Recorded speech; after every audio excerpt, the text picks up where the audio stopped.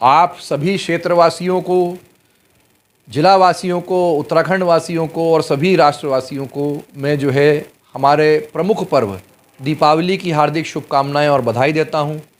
सभी प्यारे बच्चों से निवेदन करता हूं कि पटाखों में जो है आराम से अपना जो है अपने आप को संभाल के जो है तब वो पटाखे वगैरह चलाएं, कोई किसी को चोट ना लगे, इस बात का विशेष ध्यान रखें। उन्हें आप सबको जो है दीपावली की हार्दिक शुभकामनाएं और बधाई।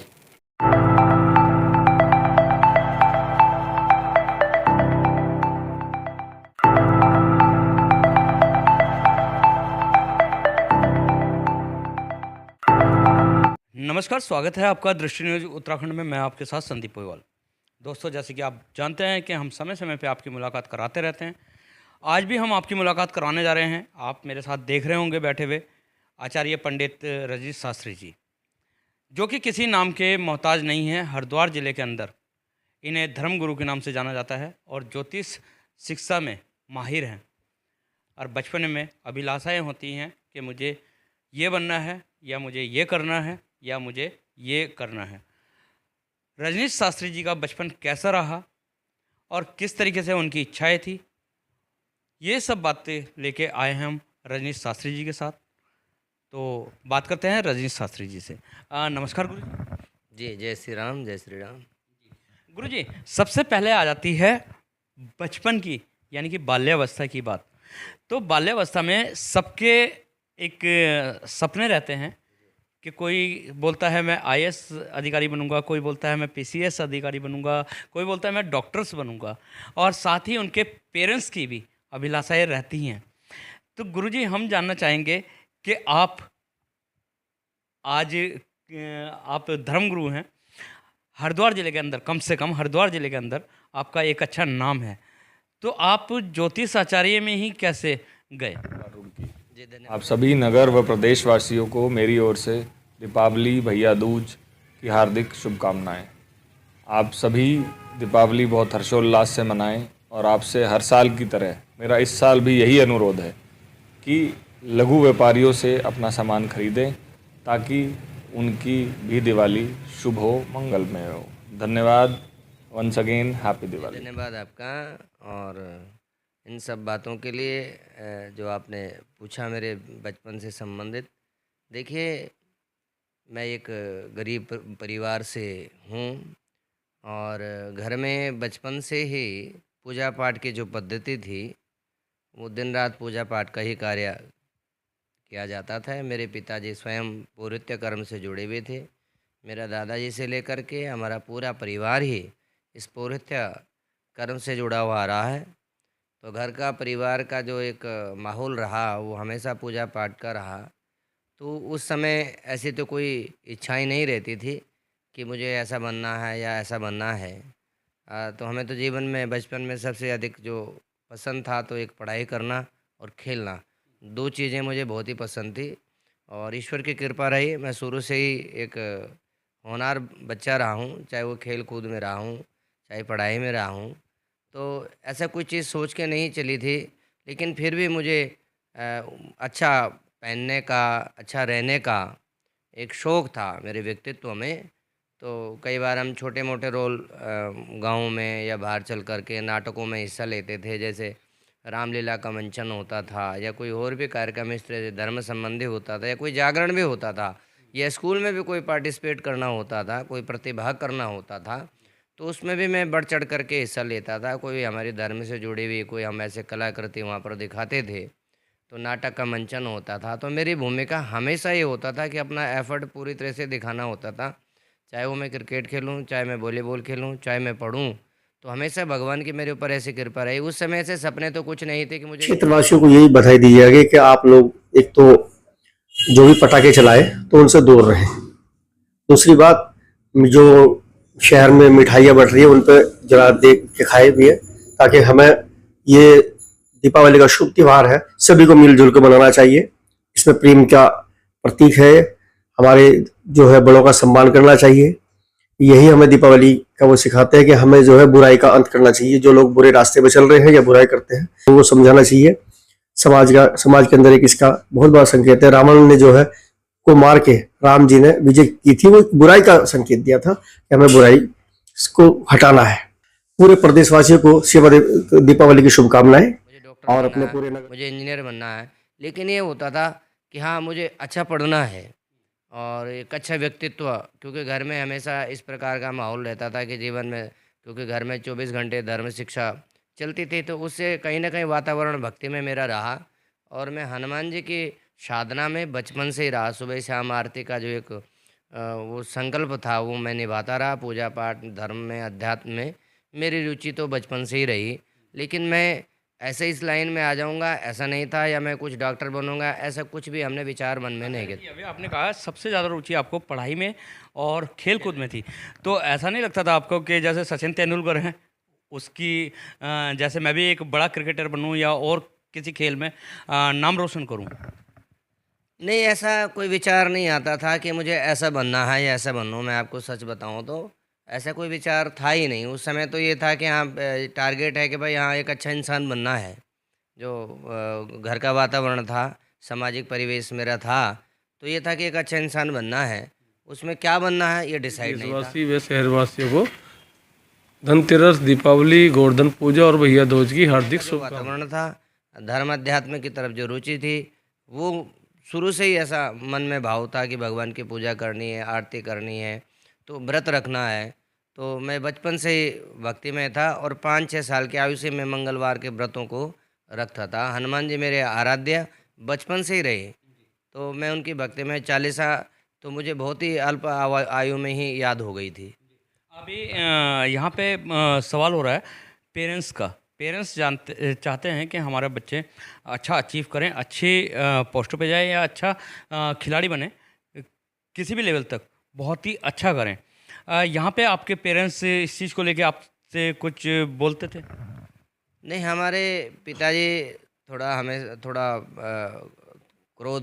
क्रोधी थे थोड़ा, और हमेशा ही डांटने और फटकारने का कार्य किया करते थे।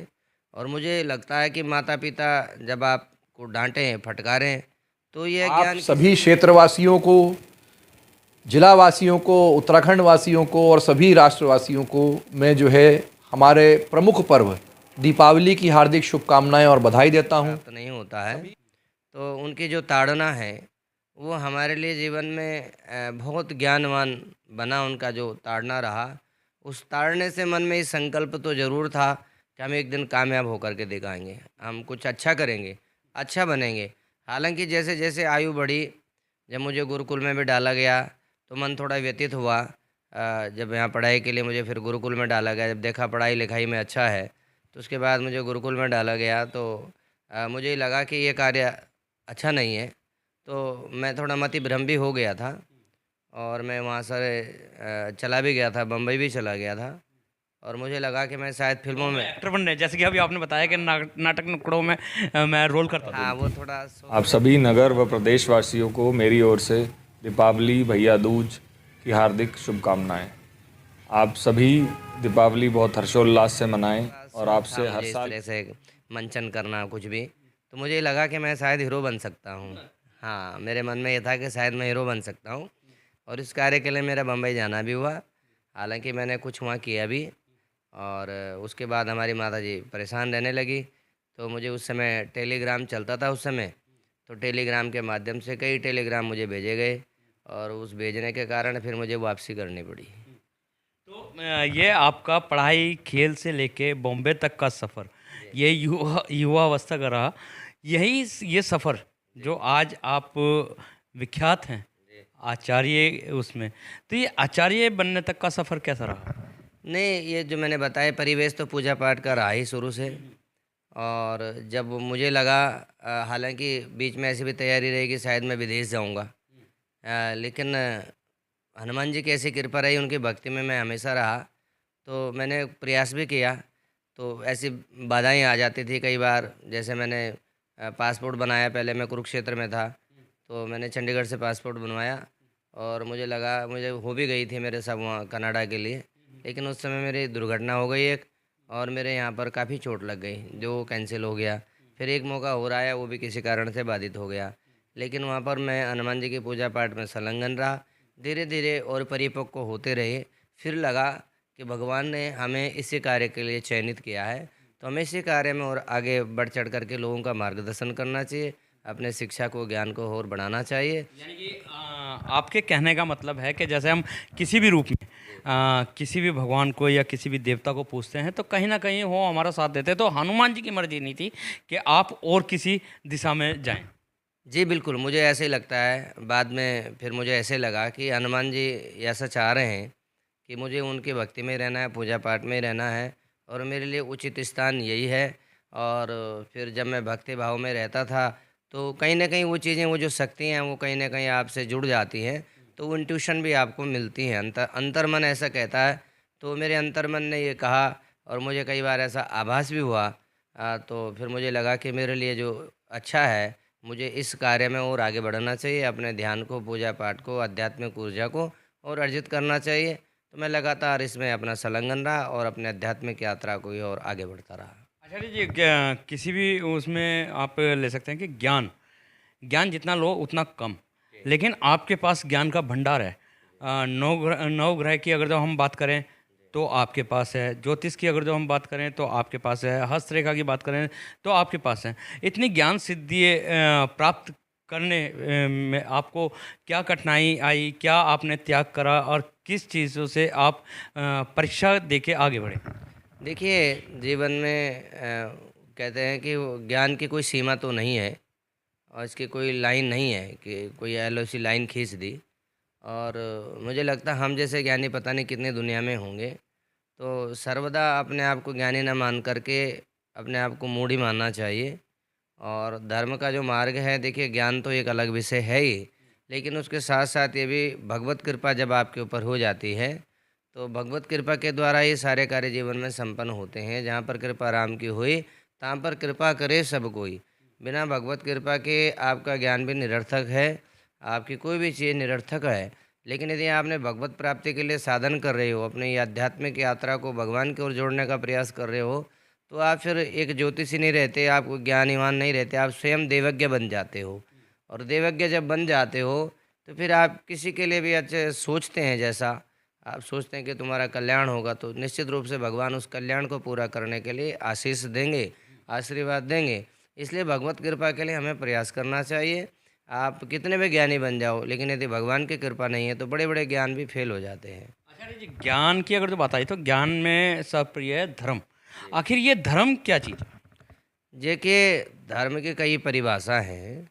अलग अलग ज्ञानी लोग, संत जन अपने अपने रूप में उसको परिभाषित करते हैं। पहले तो ये जानना जरूरी है, धर्मेण हन्येत व्याधि, धर्मेण हन्येत ग्रह, धर्मेण हन्येत शत्रु, या तो धर्मस ततो जया। जब धर्म के मार्ग पर चलते हैं तो धर्मेण हन्येत ग्रह, धर्म करने से ग्रह शांत होते हैं, धर्म करने से शत्रु परास्त होते हैं, धर्म करने से रोग व्याधि समाप्त होती है। तो जहाँ धर्म की पालना होती है उसकी सदैव ही जय और विजय होती है। तो जो चार स्तंभ धर्म के लिए बताए गए हैं, वो धर्म के लिए पहले सत्यता, शुचिता, दान और दया, यानी कि ये चार चीज़ें, वस्तु तो ये चार चीज़ें तो होनी चाहिए कम से कम। और भी विस्तारित है ये, लेकिन कम से कम जो ये चार स्तंभ हैं ये मजबूत हैं। यदि हमारे ये मजबूत हैं तो कहीं ना कहीं हमारे अंदर धार्मिकता है। उसमें शुचिता अर्थात शारीरिक जो शुचिता है, चाहे वो भारी है चाहे अंतर्मन की है, तो शुचिता, प्योरिटी होनी बड़ी आवश्यक है इंसान के जीवन में। सत्यता का, आप सत्य का पालन करते हुए धर्म का अंग है। आपके अंदर दया का भाव है, स्वभाव है, वो भी सत्यता, वो भी धर्म का अंग है। आपकी जो दान देने की एक स्वभाव है, वो भी धर्म का एक अंग है। तो धर्म को आप इस रूप में समझ सकते हैं कि धर्म के बिना कोई भी व्यक्ति इस प्रकार से है जैसे कोई स्त्री बिना वस्त्रों के दिखाई देगी। वो कहते हैं कि बसनहीन नहीं सोआ सुरारी, सब भूषण भूषित नारी। स्त्रियों को आपने लाखों करोड़ों के गहने पहना दिए, लेकिन यदि उसके तन पे कोई कपड़ा नहीं है तो उसकी शोभा नहीं है। और कपड़ा है, यदि आप सोना चांदी नहीं भी है तो भी शोभा है।